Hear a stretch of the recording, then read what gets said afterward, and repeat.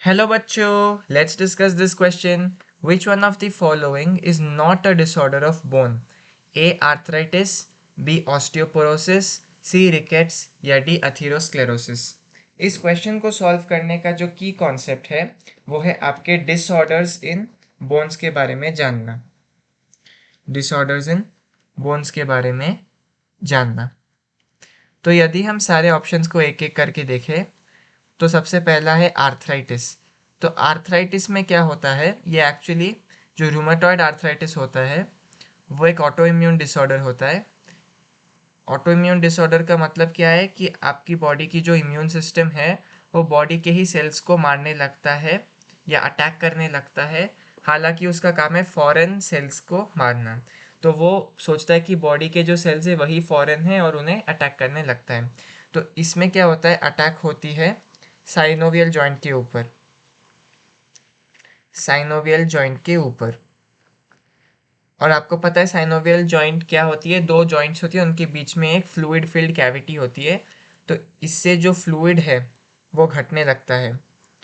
Fluid घटने लगता है और इससे स्टिफनेस पैदा होती है। ये स्पेशली दिखेगा आपके नी जॉइंट में।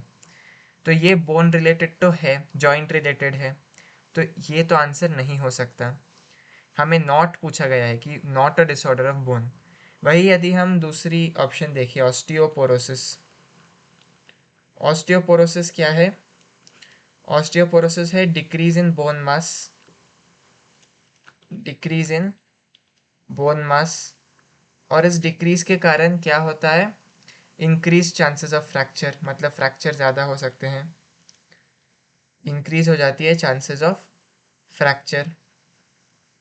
वहीं यदि हम देखें तो इसका कारण क्या है, एक तो कारण है एज और दूसरा कारण है डिक्रीज लेवल ऑफ एस्ट्रोजन, ये फीमेल्स में होता है। तो ये भी क्लियरली आपके बोन रिलेटेड ही है, तो ये भी आंसर नहीं हो सकता। यदि हम तीसरा ऑप्शन देखें, रिकेट्स। रिकेट्स एक्चुअली एक विटामिन डेफिशिएंसी है, विटामिन डेफिशिएंसी डिजीज। ये विटामिन डी का डेफिशिएंसी है। विटामिन डी का डेफिशिएंसी है।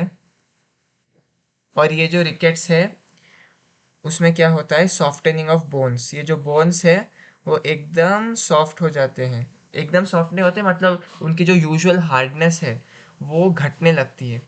सॉफ्टनिंग ऑफ बोन्स, हम रिकेट्स को ऐसे डिफाइन करते हैं। तो ये भी बोन से रिलेटेड है। हालांकि विटामिन डी का डेफिशिएंसी के कारण होता है, लेकिन बोन से रिलेटेड तो है, तो ये भी नहीं है। और यदि हम लास्ट ऑप्शन देखें, अथीरोस्क्लेरोसिस। अथीरोस्क्लेरोसिस। तो अथीरोस्क्लेरोसिस क्या होता है, अथीरोस्क्लेरोसिस को हम कोरोनरी आर्टरी डिजीज भी कहते हैं, कैड।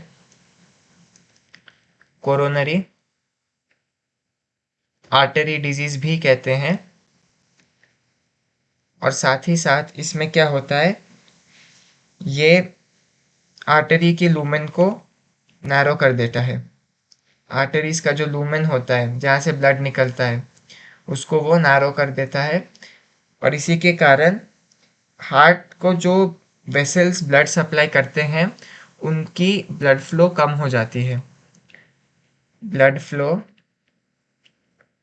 टू हार्ट कम हो जाती है क्योंकि